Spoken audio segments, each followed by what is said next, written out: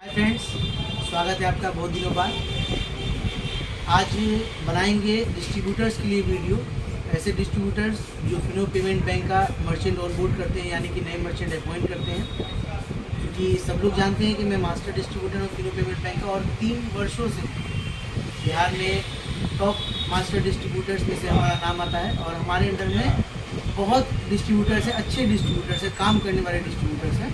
तो इस वीडियो में आपको जानकारी मिलेगी कि डिस्ट्रीब्यूटर क्या गलती न करे जिससे कि उनका जो BC ID होता है उसमें लेट लगे, उसमें किसी तरह किंतु परंतु वो मेलबाजी करना पड़े, और क्या करें जिससे कि टाइमली उनका मर्चेंट ID आ जाए।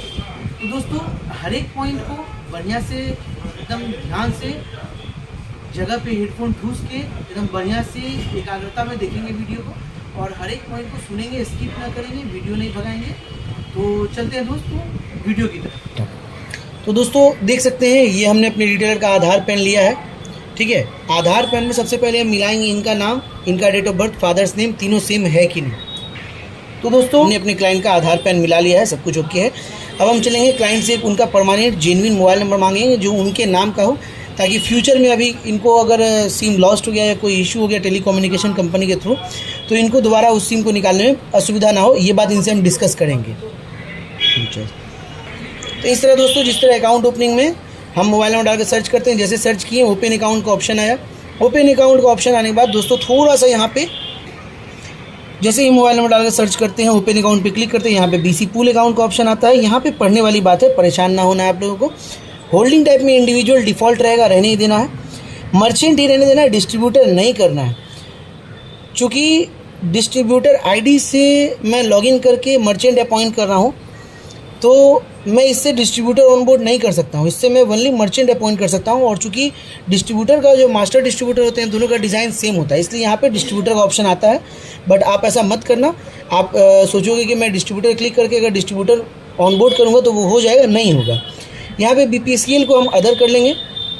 मर्चेंट ऑनबोर्ड में यहाँ पे BPCL में रहता है डिफ़ॉल्ट, इसको हम क्लिक करके अदर कर लेंगे। अदर जैसे करेंगे, यहाँ से नीचे में जो LPG वगैरह ये सब है, ये सब हट जाएगा। क्योंकि एक्चुअली है क्या कि भारत पेट्रोलियम कंपनी लिमिटेड से हमारे कंपनी का टाई अप हो रखा है, इसलिए यहाँ पे BPCL का भी हम लोग बहुत सारा काम कर सकते हैं। वो यहाँ पे दिखा रहा है, हमें अदर कर लेना है।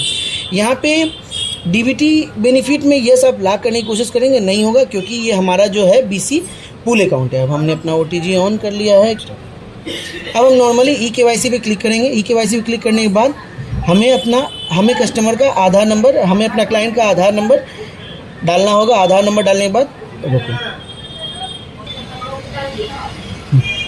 बाद हम कस्टमर का डिटेल देखेंगे। फिंगरप्रिंट जैसे हम स्कैन करेंगे, कस्टमर का पूरा डिटेल देखेंगे। वो हम फिर एक बार मैच करेंगे कि जो इन्होंने मुझे आधार कार्ड, पैन कार्ड, फिजिकल दिया है वो ओके है कि नहीं।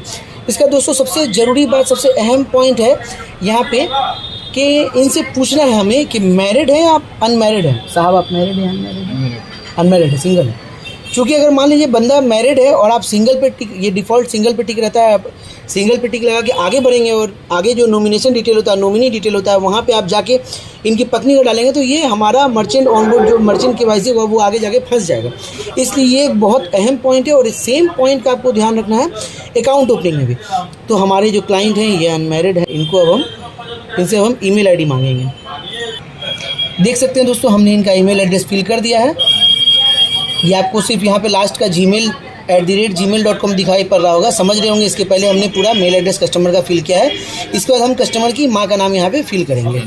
तो देख सकते हैं दोस्तों, हमने कस्टमर की माँ का नाम फिल कर दिया। फादर्स नेम डिफ़ॉल्ट आ गया। ऑक्यूपेशन टाइप में जनरली सेल्फ एम्प्लॉयड ही डालना है, और ग्रेजुएशन है तो ग्रेजुएशन, इंटरमीडिएट है तो इंटरमीडिएट, मैट्रिकुलेटेड है तो मैट्रिकुलेशन, ये डालना। अब उसके बाद आता है एड्रेस। तो हमने यहाँ पे सेम एज़ पर आधार एड्रेस डाल दिया है। जो इनके आधार का जो डेटा है वो उठा के यहाँ पे पटक दिया, फेच करके।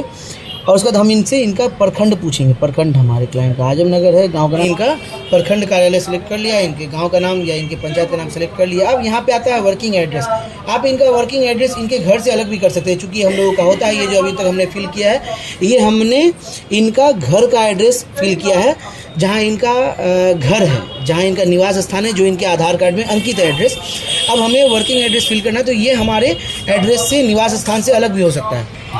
तो देख सकते हैं दोस्तों, हमने इनका वर्किंग एड्रेस ऊपर में फिल कर दिया है। ये सब ये सब जो लाइन है एड्रेस 2, एड्रेस 3, एड्रेस 4, लैंडमार्क, ये सब मैंडेटरी नहीं है, तो हम भी इसे छोड़ देंगे। हमारे पास इतना टाइम नहीं है, आपको भी अपना टाइम इतना वेस्ट नहीं करना है। कोई और अच्छा काम देखना है, बहुत सारा काम है ज़िंदगी में, दुनिया में, वो सब देखना है, घर परिवार देखना है, ठीक है। उतना टाइम वेस्ट नहीं करना है दोस्तों, मैं भी नहीं कर रहा हूँ। आप देने के बाद ये हमें सबमिट करना है। सबमिट करने के बाद यहाँ पे फिर अहम डिटेल आ रहा है मंथली इनकम स्लैब। इसमें दोस्तों अगर बंदा बहुत बड़ा बिजनेसमैन है तो 25,000 से 50,000 लेंगे मंथली इनकम स्लैब, नहीं तो 10 से 25,000 रखेंगे, ये काफ़ी है। एनुअल टर्नओवर में बंदा अगर बहुत टर्नओवर करने वाला तो 5 से 10 लाख रखेंगे या छोड़ देंगे। अब यहाँ पे दुकान आपको सेलेक्ट करना है। किराना का दुकान है, डीलरशिप है, पेट्रोल पंप है, ऑटोमोबाइल्स है, फ्यूल सेंटर है, हार्डवेयर है, ई स्टोर है, होम फर्निशिंग है, कंज्यूमर, रेस्टोरेंट है, फास्ट फूड है। इस सब में से जो आपको सूटेबल लगे वो करेंगे। बाकी हम अपने कस्टमर का cyber cafe, xerox, scanning, ETC, customer service हम अपने कस्टमर का ये रख रहे हैं। यहाँ पे आपको मोबाइल शॉप का भी ऑप्शन मिलेगा। यहाँ पे ट्रैवल टूर एजेंट, जो मतलब ये सब लगभग एक ही कैटेगरी है, एक ही लगभग सब मॉडल है, देख लीजिए आप लोग। इंश्योरेंस एजेंट में यहाँ पे इंश्योरेंस एजेंट में नो है डिफ़ॉल्ट, नो ही रहने देना है। शॉप एस्टेब्लिशमेंट हमारे कस्टमर का तो ऑन है, आप लोग भी कोशिश कीजिएगा ऑन ही रहने का। अब कस्टमर का फ़ोटो खींचना है तो मैंने अपने कस्टमर का फ़ोटो खींच लिया है। अब उसके बाद यहाँ पे एक ऑप्शन है हाउ लॉन्ग इन बिजनेस, तो मैं 3 साल प्लस वाले का ले लेता हूँ।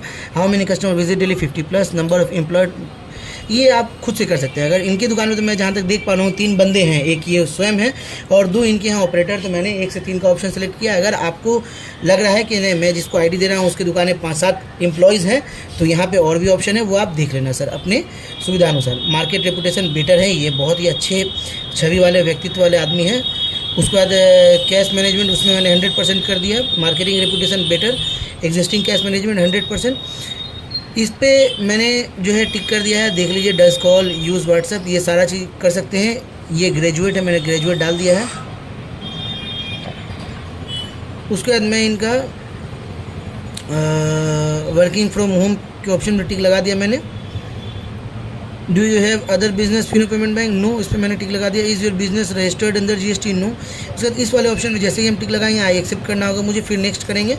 इस वाले टिक बॉक्स पे आपको टिक नहीं करना है। Tick this box if the merchant is interested in registering as a POS with insurance regulatory and development authority of India, purpose of sale of insurance policies to customer. इसमें टिक नहीं लगाना है, इसमें पंगा है। उसके बाद हम कस्टमर का यहाँ पे पैन नंबर फिल करेंगे। इस तरह हमने अपने कस्टमर का पैन नंबर फिल करके पैन कार्ड का फ़ोटो खींच लिया। यहाँ पे एक बहुत इंटरेस्टिंग सब्जेक्ट है अदर डिटेल, इसमें पॉलिटिकल एक्सपोज्ड पर्सन, अगर आपका कोई क्लाइंट अगर सांसद भी है, विधायक भी है, फिर भी इसको यस नहीं करना है, नो ही रहने देना है, ठीक है। अगर इसको यस करेंगे तो आपका खाता फंसेगा। उसके बाद फट का डिक्लेरेशन है, I am tax resident India पे क्लिक करना है और आई एक्सेप्ट कर देना। अब यहाँ पे आता है नॉमिनी डिटेल, जैसे कि मैंने पहले भी इस बात को बताया है।